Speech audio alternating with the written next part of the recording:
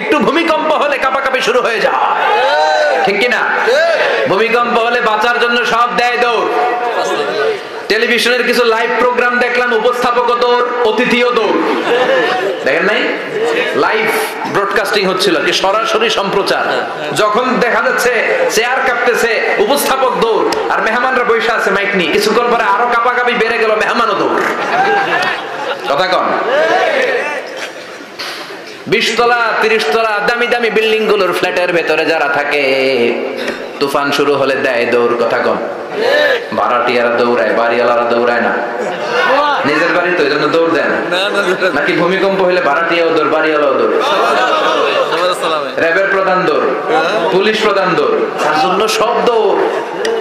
জলোচ্ছ্বাস যখন শুরু হয়, ঘূর্ণিঝড় যখন শুরু হয়, সিডর যখন শুরু হয়, বন্যা যখন শুরু হয়, তখন বোঝা যায় আল্লাহ কারে কয়।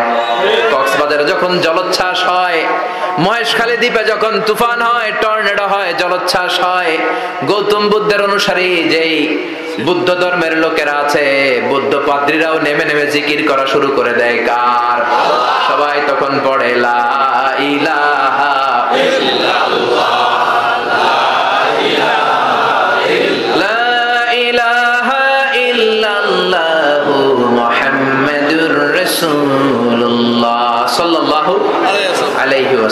বিপদে পড়লে বোঝা যায় আল্লাহ কারে কয়। আমি একবার বিপদে পড়ছি, বরিশাল গিয়েছিলাম, বাসে ফিরে আসতেছি লঞ্চে, ওই লঞ্চে তুফান হয়েছিল। তখন বুঝলাম যে কি ভয়ঙ্কর অবস্থা।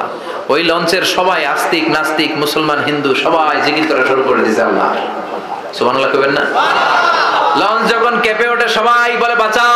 আমি গেলাম, কে বাঁচাইবো? হুজুর আপনি বাঁচান। আমি বললাম তাইলে আমারে বাঁচাইবো কেডা? আল্লাহ। আল্লাহ ছাড়া বাঁচাতে পারে কেউ?